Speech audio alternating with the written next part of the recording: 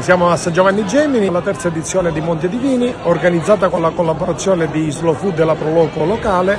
All'interno di questo bellissimo evento proponiamo e sponsorizziamo il progetto Le Vie del Cibo della Lunga Vita. Tutti i prodotti tipici del territorio e attraverso questi prodotti possiamo veramente raccontare la cultura e la tradizione del nostro popolo, le nostre origini. Questi prodotti fanno parte anche della dieta mediterranea, che costituisce l'alimentazione della nostra cultura. E quindi grazie alla dieta mediterranea ci sono molti longevi nel nostro territorio. È un progetto dove si creano presupposti di grande sviluppo per il territorio. San Giovanni e Isicani insistono un sacco di ristoranti dove abbiamo un numero di coperti veramente notevole, tra San Giovanni e Cammarata circa 3.000 coperti, e abbiamo strutture ricettive, e questo è anche un volano per cercare di sviluppare e incentivare le persone a venire nel territorio dei Monti Isicani, ricco veramente di tante bellezze sia naturalistiche, e poi possiamo raccontare del nostro cibo che rappresenta cultura e storia. Abbiamo un alto livello di longevità in questo comune. Basti pensare che ci sono 6 ultracentenari comunque in una popolazione di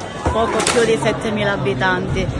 Un grande tasso è quello femminile. Sicuramente le donne in questo comune sono custodi silenziose di uno stile naturale e sano di alimentazione. Nella mia famiglia abbiamo un'esperienza personale, in quanto la mia bisnonna ha vissuto ben 107 anni, arrivando fino alla fine della sua vita in maniera assolutamente brillante, sicuramente grazie a quello che è lo stile alimentare che si conduce in questo bellissimo paese.